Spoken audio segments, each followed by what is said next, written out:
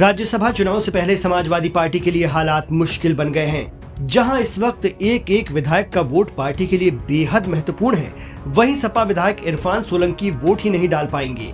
वो जेल में बंद हैं और कोर्ट ने उनकी अर्जी खारिज कर दी है। दरअसल कानपुर से समाजवादी पार्टी विधायक इरफान सोलंकी पिछले 1 साल से जेल में बंद हैं। उनके खिलाफ एक महिला ने प्लॉट पर कब्जा करने की मंशा से आगजनी करने का आरोप लगाया है। उन पर कई अन्य आरोपों में भी मामले दर्ज हैं। विधायक इरफान सोलंकी के वकील मोहम्मद आसिफ खान ने MP MLA कोर्ट में अर्जी दाखिल कर मांग की थी कि उन्हें राज्यसभा चुनाव में वोट डालने की अनुमति दी जाए। इरफान के वकील ने कोर्ट में पिछले दिनों झारखंड CM हेमंत सोरेन का उदाहरण देते हुए अपील की थी कि जैसे उच्च न्यायालय ने फ्लोर टेस्ट के लिए झारखंड के CM को जेल से बाहर जाने की अनुमति दी, वैसे ही इरफान को वोट डालने के लिए अनुमति दी जाए। ट्रायल के दौरान किसी भी बंदी को वोट देने का अधिकार नहीं है। सरकारी वकील ने कोर्ट को बताया कि गैंगस्टर एक्ट में इरफान सोलंकी खुद गैंग लीडर हैं। हाई कोर्ट से भी उनको जमानत नहीं मिली है। उन्होंने कहा कि मतदान के दौरान मतदान केंद्र में पुलिस बल को प्रवेश करने की अनुमति नहीं होती है।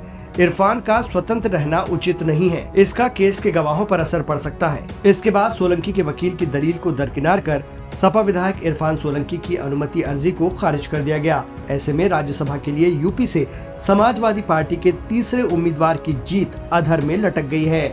आइए जीत के लिए आंकड़ों का गणित समझते हैं। समाजवादी पार्टी के सभी 108 विधायक हैं। कांग्रेस के 2, बीजेपी के 252, अपना दल S के 13, रालोद के 9, निषाद पार्टी के 6, सुभा सपा के 6, जनता दल लोकतांत्रिक के 2 और बसपा के 1 विधायक हैं। अदालत के फैसले के बाद जहां समाजवादी पार्टी का गणित घटकर 107 हो गया है, तो ऐसे में अब उसे बाहरी समर्थन की जरूरत पड़ेगी। अभी तक के समीकरण के अनुसार अगर कांग्रेस सपा को सपोर्ट कर भी दे, तब भी उसके पास कुल 109 विधायक ही होंगे। ऐसे में उसे 2 और विधायकों की जरूरत पड़ेगी। इन आंकड़ों को ध्यान में रखें तो क्रॉस वोटिंग की आशंका के बीच सपा के लिए रालोद के कथित नाराज विधायक, सुभा सपा यानी सुहेल देव भारतीय समाज पार्टी के सिंबल पर चुनाव लड़ने वाले सपा नेता और बसपा के इकलौते विधायक मददगार साबित हो सकते हैं। अब ये देखना दिलचस्प होगा कि 27 फरवरी को मतदान के बाद आंकड़ों का ऊंट किस करवट बैठता है।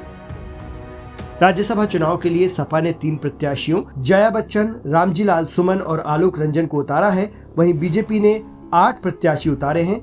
10 सीटों के लिए 11 प्रत्याशियों के चलते सभी 10 सीटों के लिए मतदान होगा।